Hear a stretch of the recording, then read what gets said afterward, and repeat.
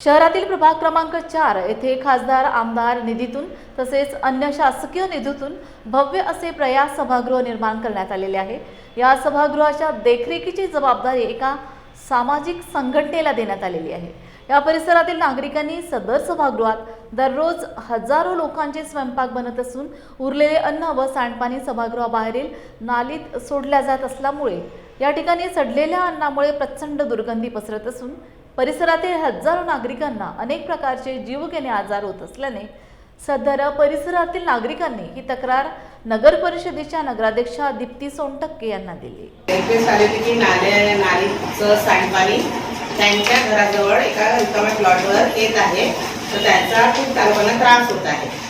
तर आम्ही ते पाहणी करायला गेलो असता आम्हाला तिथे आमच्याच नगर परिषदेचे काही लेबर दुसरंच काम करताना दिसले, म्हणजे माती एका ठिकाणी टाकताना दिसले। तर आम्ही बोललो की आधी नाली स्वच्छ करणं हे मुख्य उद्देश आहे आपला, तर तुम्ही हे न करता आणि तुमच्या सुपरवायझरला ही गोष्ट माहिती आहे।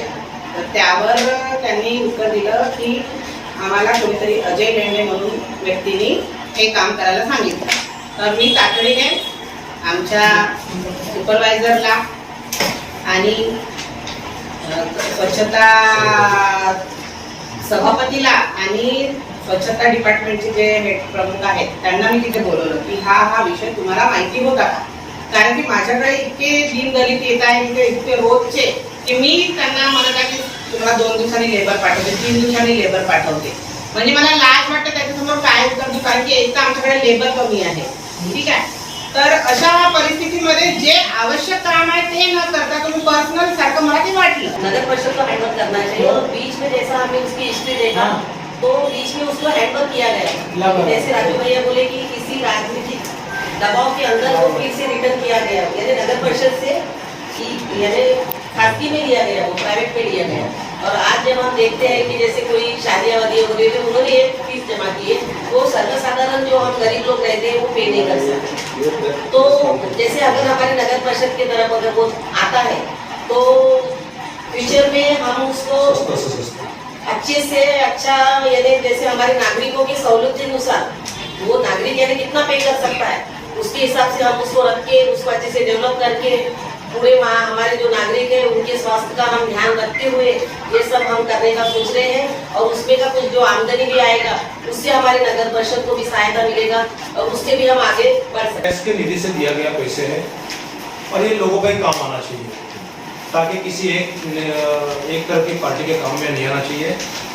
वहाँ पर एक तो इससे पहले हमने कलेक्टर साहब को कंप्लेंट किए थे कि यहाँ पर शादी में पैसे लेके बिना रिसिप्ट दिए यहाँ पर हजारों वसूली किए जा रहा है। तो अजय गुलाल जी यहाँ पर मौके पे विजिट करने आए थे, तो वहाँ पर जो टेक केयर है जो इनकी तो पार्टी की जो है वो बताया कि नहीं हम फ्री में देते और हम 1 रुपये लेते नहीं, अगर 1 रुपये नहीं लेते तो फिर मेंटेन कैसा हो रहा है, ये बोला जाता है। हम ये मानते हैं कि अगर आप 25 ले रहे होंगे एटलीस्ट 5000 ले रहे होते तो ये बात को हम विश्वास कर सकते हैं। हमारे पास में कोई पुरावा इसलिए नहीं कि वहाँ पर सिर्फ मुंह धोने ही काम चलता है, ये बात सभी को मालूम है। उसके हजारों लोगों ने उस चीज को दिया और काम शादी करवाया गया। अभी हमारा मुख्य मांग ऐसा है कि हमने कलेक्टर साहब को नगर परिषद से मांगनी करने वाले हैं कि नगर प्रयास सभागृह को गुग्गुस नगर परिषद हस्तांतर किया जाए, ताकि गुग्गुस वासियों को जो 50,000 गुग्गुस वासियों को अच्छे से अच्छा सस्ते कैसे उनको कुछ प्रोग्राम के उसको मुहैया किया जाए।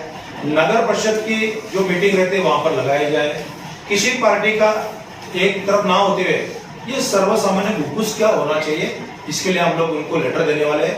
अगर कलेक्टर साहब इसका दखल नहीं लेंगे तो आने वाले मासिक सभा में उसका ठराव लेके हम भेजने वाले हैं और उसको किसी भी हालत में गुग्गुस का नगर परिषद में हस्तांतर करने वाले। हे प्रयासालय इथे रोज सकाळ आणि संध्याकाळ दोन्ही टाइम स्वयंपाक केल्या जाते आणि या स्वयंपाकामधले डब्बे जे असते ते लाईट्स मेटलच्या कामगारांना वाटण्यात येते।